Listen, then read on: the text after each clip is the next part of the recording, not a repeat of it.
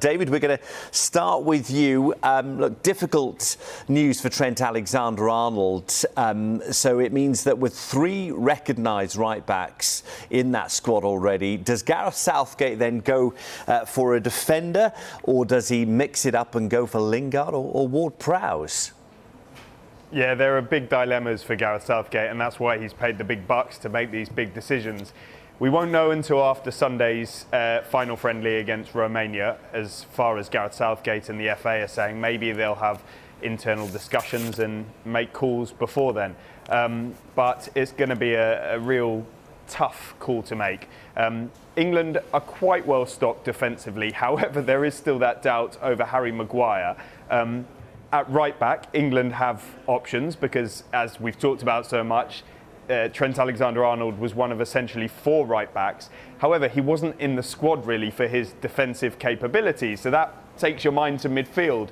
Could they look to bolster in that area with a slightly different player, James Ward-Prowse, of course, and he would bring set-piece expertise to the party. Although, as somebody put it to me, it's not like in the NFL when you bring somebody on for the last second just to kick a goal.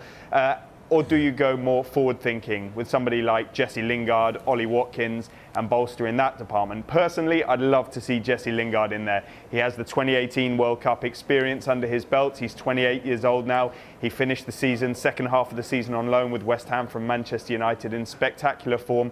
Although in those last couple of days, weeks, it maybe tailed off a little bit in terms of goal scoring.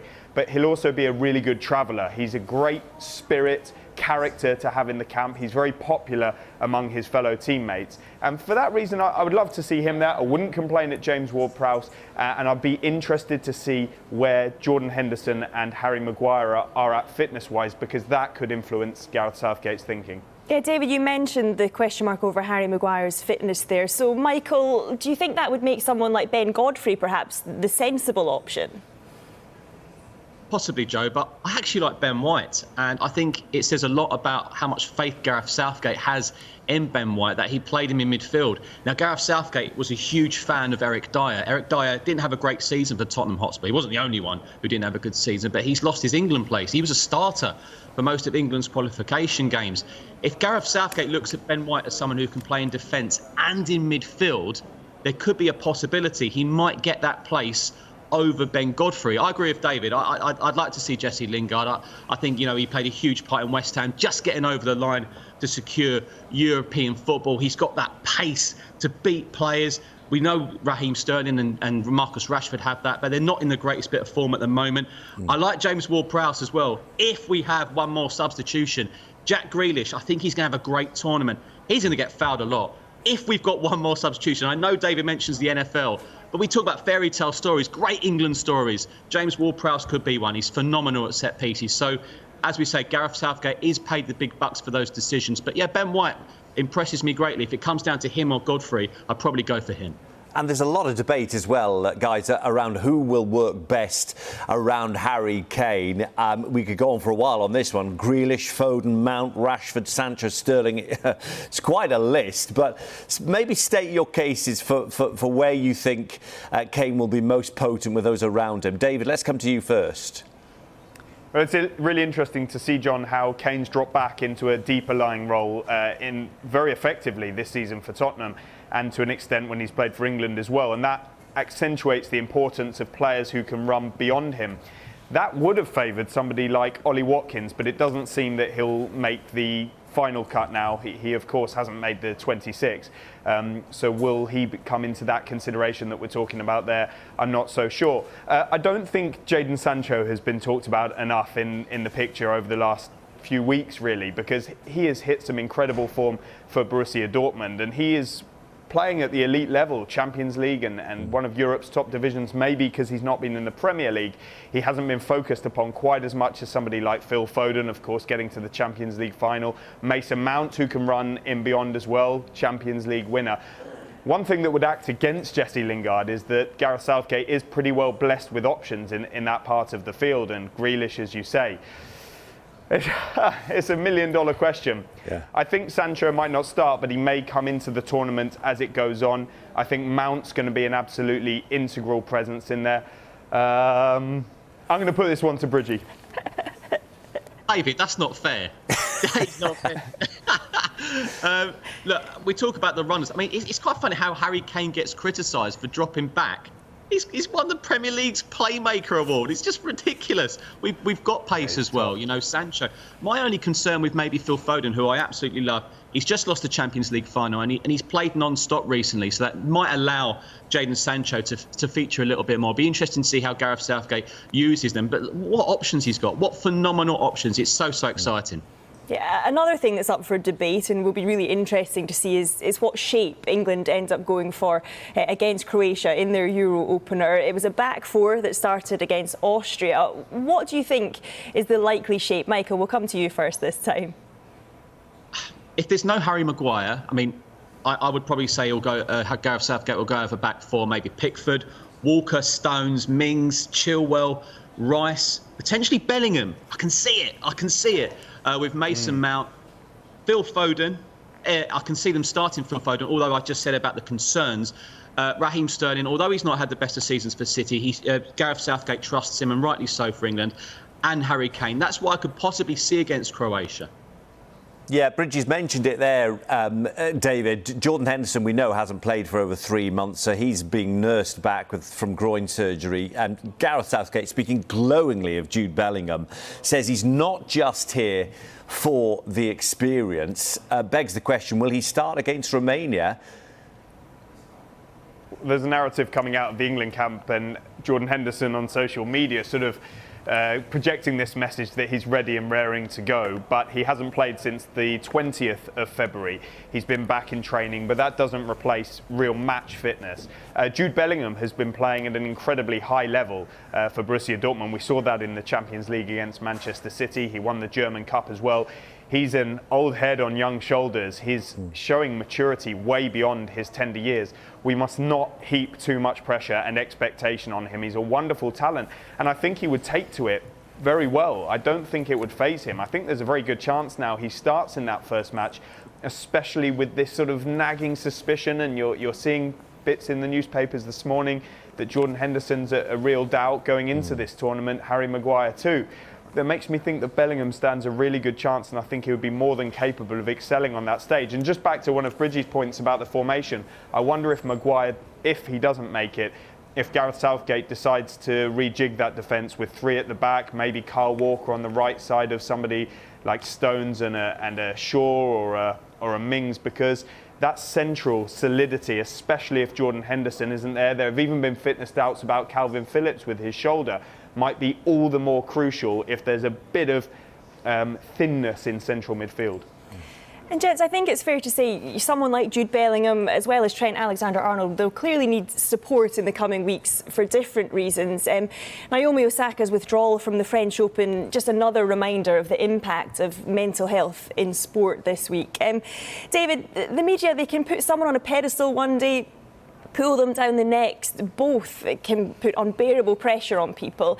How important do you think it is that we who work in this industry take a little bit more responsibility? I mean, we already heard Southgate kind of hit out at the media when he was making his selection because of the treatment and the talk about Trent Alexander-Arnold before he'd even made that selection public. It's a really good point, Joe, and it's a real duty that's on our shoulders when we're broadcasting or writing to the world, essentially, in a faster moving media industry than ever before, that's more fragmented. There are more platforms and outlets, and your words carry importance. You have integrity as journalists, as presenters, and there's responsibility that comes with that. You're right, there was a lot of talk about Trent Alexander-Arnold. I did a lot of reporting on it as well, and we can only go on the information that we're receiving and in good faith, and we check it properly. Equally, Gareth Southgate kind of started this situation by dropping him very controversially from the England squad in March, and that kind of set the wheels in motion. That's now had a very sad ending with the injury that we wish him a speedy recovery from. Osaka has prompted huge debates, especially around press conferences. There was a really good piece in The Guardian by Jonathan Liu and in the Telegraph by Oliver Brown.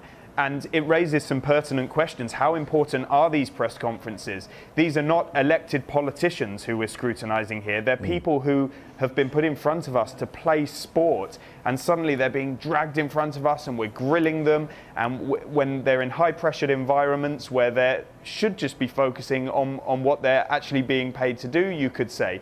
In the job I currently have now at The Athletic, the press conference is not as important as it is in places that I've worked at before. You kind of report on the stories around the event, and I don't know how much stock we should put in the press conferences and the validity of many of the answers and the pressures that Naomi Osaka has talked about. I think we need to try and bring some unity to this as an industry, support the people. Of course we have to scrutinise them. We do that in interviews and in journalism, but at some point we have to look at it, and especially at a summer like this, with essentially a home tournament, I think there's got to be a bit of togetherness at what's a really difficult time for society, and that extends to the sporting industry.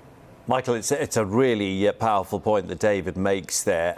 Often there is a desire to grab headlines, and you pick a line out of a post-match conference when players and athletes are probably, if certainly if they've lost, at their lowest. It's almost unfair, in a sense, to have to parade them before the media. Do you think the media, in the way that they go about getting their headlines, need to find a slightly different way?